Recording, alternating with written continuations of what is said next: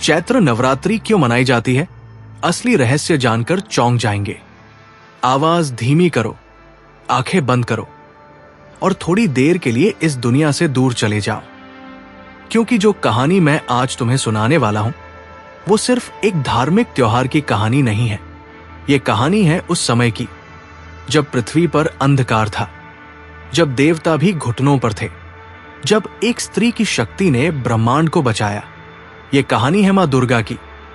ये कहानी है नवरात्रि की उस आत्मा की जो सदियों से हर इंसान के दिल में जलती एक ऐसी लौ की तरह है जो न तूफान से बुझती है न अंधेरे से। तो सुनो, बहुत ध्यान से सुनो। नमस्कार प्यारे दर्शकों, मैं अर्जुन एक बार फिर आपका हार्दिक स्वागत करता हूं आपके अपने चैनल विद्या ज्ञान सागर में। दोस्तों, आज हम एक नई कहानी और एक नया वीडियो लेकर आपकी सेवा में उपस्थित हुए हैं। आज की कथा अत्यंत ज्ञानवर्धक और प्रेरणादायक है। कथा शुरू करने से पहले आपसे एक विनम्र निवेदन है। शास्त्रों में कहा गया है कि अधूरी छोड़ी गई कथा दुख और पाप का कारण बनती है, इसलिए इसे अंत तक अवश्य सुने। और अगर आप अपनी मां से सच्चा प्रेम करते हैं तो इस वीडियो को लाइक करें, हमारे चैनल को सब्सक्राइब करें और कमेंट में मां लिखकर अपना समर्थन दें। तो आइए बिना किसी विलंब के आरंभ करते हैं आज की प्रेरणादायक कथा। कोई हजारों साल पहले की बात है। महिषासुर एक महाशक्तिशाली दानव था। उसके पिता रंभासुर थे जो खुद एक पराक्रमी असुर थे।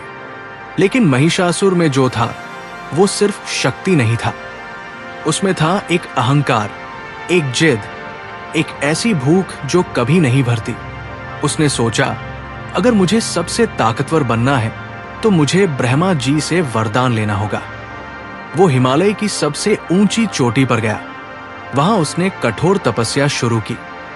दिन बीते, महीने बीते, साल बीते। महिषासुर ने न कुछ खाया न कुछ पिया। वो सिर्फ एक पैर पर खड़ा था, आंखें बंद, माथे पर सूरज की आग, पैरों के नीचे बर्फ की चट्टानें। देवता उसकी तपस्या देखकर घबरा गए। उन्होंने ब्रह्मा जी से कहा, हे प्रभु, इस दानव की तपस्या रोको, इसे वरदान मत दो। लेकिन ब्रह्मा जी बोले, जो सच्चे मन से तपस्या करता है उसे वरदान मिलना ही चाहिए। यही सृष्टि का नियम है। और एक दिन ब्रह्मा जी प्रकट हुए। महिषासुर ने आंखें खोली। उसके सामने चतुर्मुखी ब्रह्मा खड़े थे जिनके चेहरे पर वात्सल्य था। ब्रह्मा जी बोले, वत्स, तुम्हारी तपस्या से मैं प्रसन्न हूं। मांगो, क्या चाहिए तुम्हें? महिषासुर के होठों पर एक मुस्कान आई। वो मुस्कान जो जीत की नहीं थी, घमंड की थी। उसने कहा, हे ब्रह्मा, मुझे ऐसा वरदान दो कि मेरी मृत्यु किसी पुरुष के हाथों न हो। न देवता मुझे मार सके, न मनुष्य, न यक्ष, न गंधर्व। मैं अमर हो जाऊं। ब्रह्मा जी ने एक पल रुककर उसे देखा। उनकी आंखों में एक गहराई थी, जैसे वो जानते हों कि यह वरदान एक दिन इस दानव के लिए ही कारण बनेगा। उन्होंने कहा, तथास्तु, और वरदान दे दिया।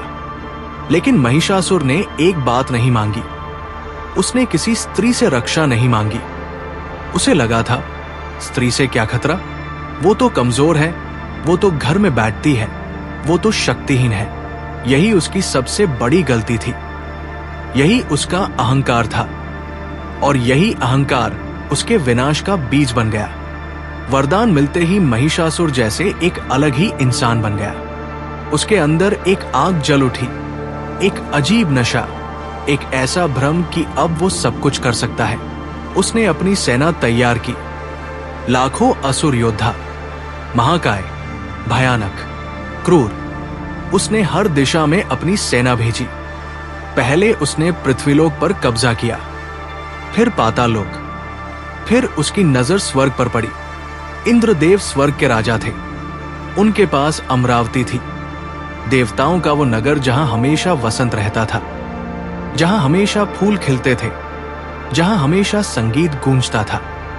महिषासुर ने स्वर्ग के द्वार पर दस्तक दी। इंद्र ने अपनी सेना को रोकने के लिए भेजा। देवताओं ने पूरी ताकत लगाई। इंद्र ने खुद अपना वज्र उठाया, लेकिन महिषासुर अजेय था। वरदान की ताकत से उसने देवताओं को धूल चटा दी। इंद्र का वज्र टूट गया, वरुण देव का पाश कट गया, अग्नि देव बुझ गए, यम देव पीछे हट गए, और फिर वो पल आया जो देवताओं के लिए सबसे दर्दनाक था। महिषासुर अमरावती के सिंहासन पर बैठ गया। इंद्रदेव को अपना सिंहासन छोड़ना पड़ा। देवता स्वर्ग से निकाले गए।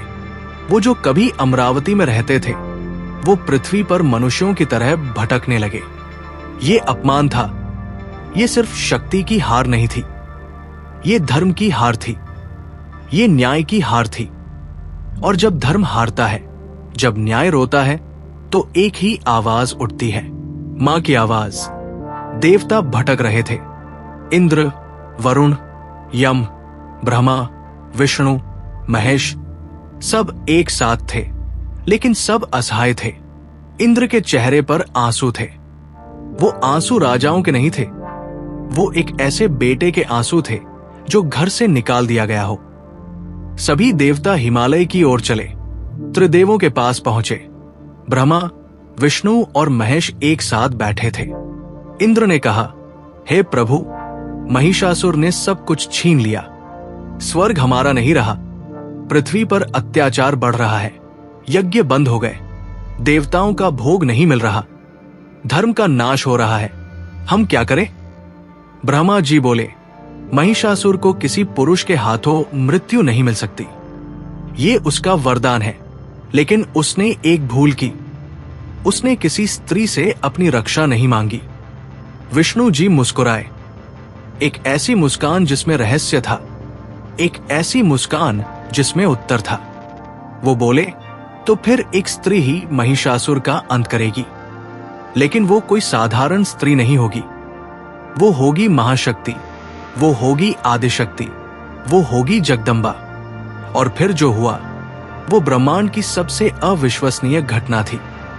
सभी देवताओं के शरीर से एक तेज निकला, एक दिव्य प्रकाश।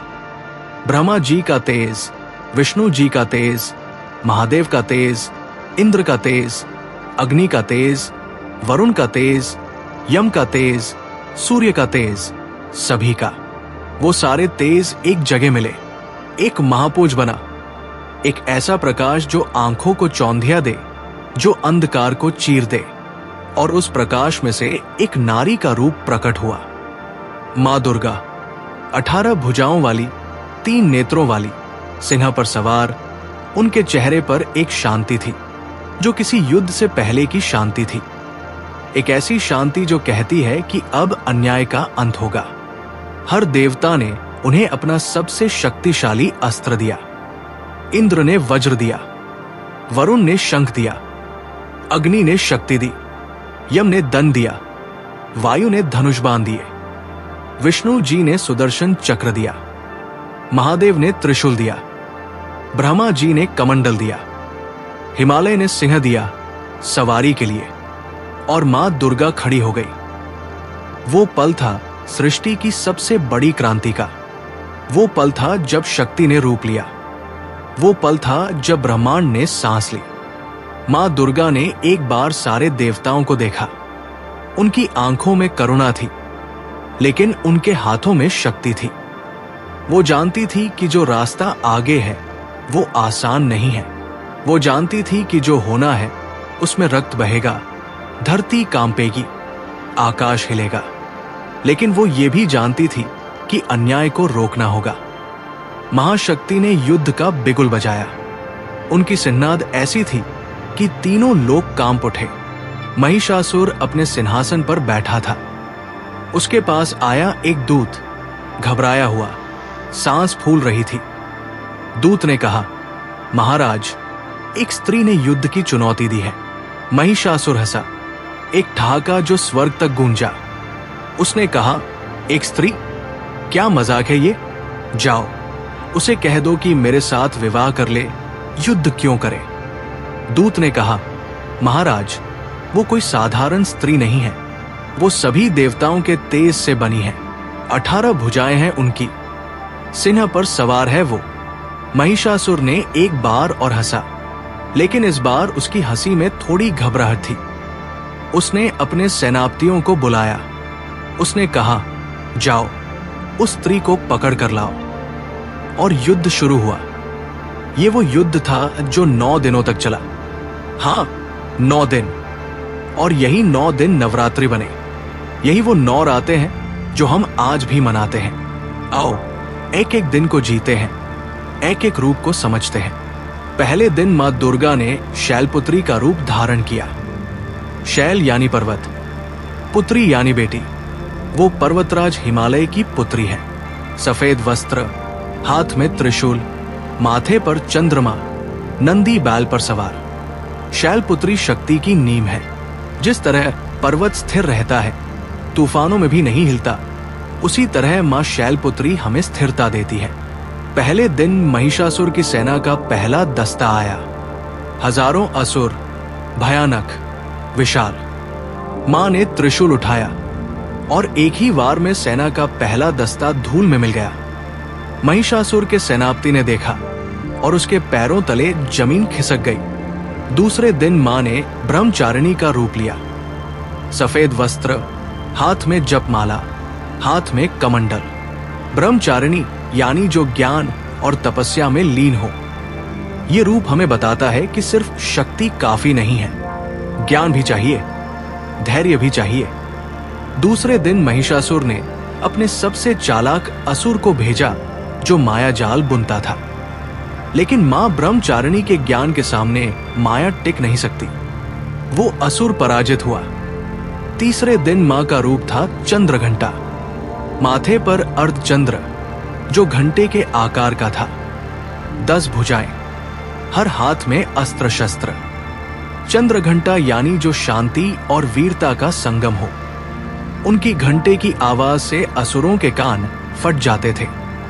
तीसरे दिन एक विशाल असुर आया जो कानफोड़ू शोर से लड़ता था। मां ने अपनी घंटे की आवाज से उसे ध्वस्त कर दिया। चौथे दिन मां का रूप था कूष्मांडा। कूष्मांडा यानी जो ब्रह्मांड को पैदा करे। जब सृष्टि में अंधकार था, जब कहीं कोई प्रकाश नहीं था, तो मां कूष्मांडा ने अपनी हंसी से सूर्य को जन्म दिया था। वो सूर्य मंडल में रहती है। उनके शरीर से प्रकाश निकलता है। चौथे दिन महिषासुर ने एक ऐसा असुर भेजा जो अंधकार फैलाता था। जहां वो जाता, सब काला हो जाता।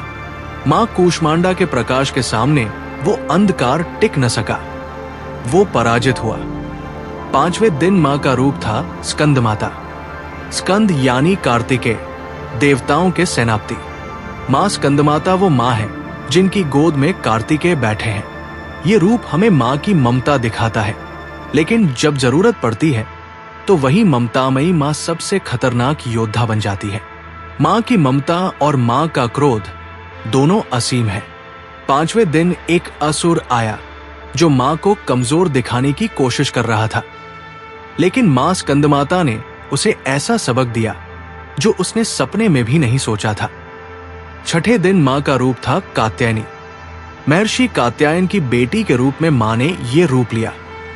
कात्यायनी वो रूप है जो सीधे महिषासुर से लड़ने के लिए तैयार हुआ। 3 नेत्र, 4 भुजाएं, एक हाथ में तलवार, एक हाथ में कमल, सिंह की सवारी। ये वो रूप है जो क्रोध और शौर्य का प्रतीक है। छठे दिन महिषासुर ने खुद अपनी सेना का नेतृत्व किया।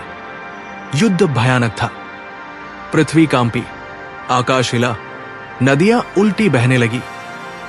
लेकिन मां कात्यायनी के आगे महिषासुर की सेना टिक नहीं सकी। 7वें दिन मां ने सबसे भयानक रूप लिया।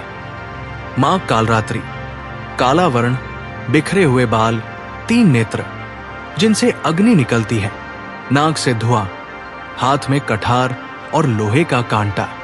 ये वो रूप है जो काल को भी भय देता है। महिषासुर ने इस रूप को देखा और पहली बार उसके दिल में डर उठा, लेकिन घमंड इतनी जल्दी नहीं जाता। उसने कहा, मैं भी डरा दूंगा। लेकिन मां कालरात्रि के आगे उसका डर भी हार गया। 8वें दिन मां ने महागौरी का रूप लिया। गोरा वर्ण, सफेद वस्त्र, सफेद बैल की सवारी। ये वो रूप है जो शांति का, पवित्रता का, क्षमा का प्रतीक है। ये वो रूप है जो बताता है कि माँ सिर्फ दंड नहीं देती, वो क्षमा भी करती है। जो पापी सच्चे मन से माफी मांगे उसे माँ महागौरी माफ कर देती है। लेकिन महिषासुर ने माफी नहीं मांगी, उसका घमंड उसे झुकने नहीं दे रहा था। 9वां दिन, अंतिम दिन, मां का रूप था सिद्धिदात्री, वो जो सारी सिद्धियां देती है। अणिमा, महिमा, गरिमा, लघिमा, प्राप्ति, प्राकाम्य, ईशित्व, वशित्व, 8 सिद्धियां। ये वो रूप है जो बताता है कि मां सर्वशक्तिमान है। 9वें दिन महिषासुर अंतिम बार आया। वो जानता था कि ये उसका अंतिम दिन है। कहीं न कहीं उसे महसूस हो रहा था, लेकिन घमंड फिर भी था। उसने एक बार फिर अपना रूप बदला। वो अपना असली रूप, भैंसे का रूप, बदल बदल कर लड़ रहा था। कभी सिंह बनता, कभी हाथी, कभी असुर, लेकिन मां की आंखें उसे जानती थी।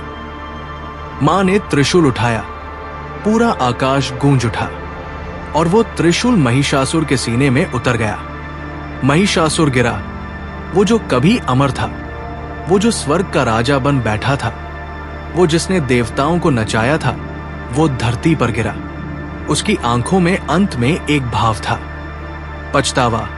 शायद उसे समझ आया था कि जो शक्ति दिखाई देती है वो शक्ति नहीं होती, असली शक्ति वो होती है जो न्याय के साथ हो। मां ने उसे देखा, उनकी आंखों में क्रोध नहीं था, उनकी आंखों में एक गहरी शांति थी। महिषासुर का अंत हो गया, अन्याय का अंत हो गया। जब महिषासुर गिरा तो तीनों लोकों में एक ऐसी खामोशी छा गई जो जीत की खामोशी होती है। फिर एक आवाज उठी, देवताओं की आवाज, जय मां दुर्गा। स्वर्ग के द्वार फिर खुले, इंद्रदेव वापस अमरावती गए, देवता अपने अपने स्थान पर लौटे, यज्ञ फिर शुरू हुए, धरती पर धर्म वापस आया, फूल बरसे, दीप जले, संगीत गूंजा। और यही जश्न, यही खुशी, यही विजय आज भी हम मनाते हैं। नवरात्रि, 9 रातों का ये त्योहार उन्हीं 9 दिनों की याद है जब मां दुर्गा ने महिषासुर से लड़कर ब्रह्मांड को बचाया था। लेकिन यहीं पर एक सवाल उठता है, नवरात्रि तो साल में 2 बार आती है, तो चैत्र नवरात्रि खास क्यों है? ये सवाल बहुत गहरा है और इसका जवाब इससे भी गहरा है। चैत्र यानी हिंदू कैलेंडर का पहला महीना। जब चैत्र शुक्ल प्रतिपदा आती है तो हिंदू नव वर्ष शुरू होता है। सोचो एक पल के लिए, जब साल की शुरुआत होती है तो हम क्या करते हैं? हम मां को याद करते हैं, हम मां से आशीर्वाद मांगते हैं, क्योंकि हर शुरुआत में मां होनी चाहिए, हर नई यात्रा में मां का हाथ होना चाहिए। ये एक गहरा सत्य है जो हमारे पूर्वजों ने समझा था। लेकिन चैत्र नवरात्रि का एक और रहस्य है, एक ऐसा रहस्य जो बहुत कम लोग जानते हैं। वो रहस्य है भगवान राम का। हाँ, भगवान राम। रामायण में लिखा है कि जब रावण ने माता सीता का अपहरण किया तो भगवान राम ने रावण से युद्ध करने से पहले एक काम किया, उन्होंने मां दुर्गा की पूजा की। चैत्र नवरात्रि में 9 दिन तक ऋषि अगस्त्य ने भगवान राम को आदित्य हृदयम का पाठ करने से पहले यह बताया था कि पहले मां दुर्गा का आशीर्वाद लो, तब जाकर रावण पर विजय मिलेगी। भगवान राम ने चैत्र नवरात्रि के 9 दिन मां दुर्गा की पूजा की, इसीलिए रामनवमी नवरात्रि के बाद आती है। ये एक आध्यात्मिक सत्य है, मां की पूजा के बाद ही विजय मिलती है। मां का आशीर्वाद लिए बिना कोई भी युद्ध नहीं जीता जा सकता। ये सिर्फ एक धार्मिक बात नहीं है, ये जीवन का एक सत्य है। जब भी हम किसी कठिन काम की शुरुआत करते हैं, हम मां को याद करते हैं। यही चैत्र नवरात्रि का सबसे गहरा संदेश है। ये कहानी खत्म हुई, लेकिन मां की कहानी कभी खत्म नहीं होती। जब भी जिंदगी में अंधेरा हो, मां को याद करो। जब भी जिंदगी में महिषासुर आए, मां की शरण में जाओ। जब भी जिंदगी में वसंत आए, मां का शुक्रिया करो, क्योंकि मां सदा थी, मां सदा है, मां सदा रहेंगी। नवरात्रि मुबारक हो। जय मां दुर्गा।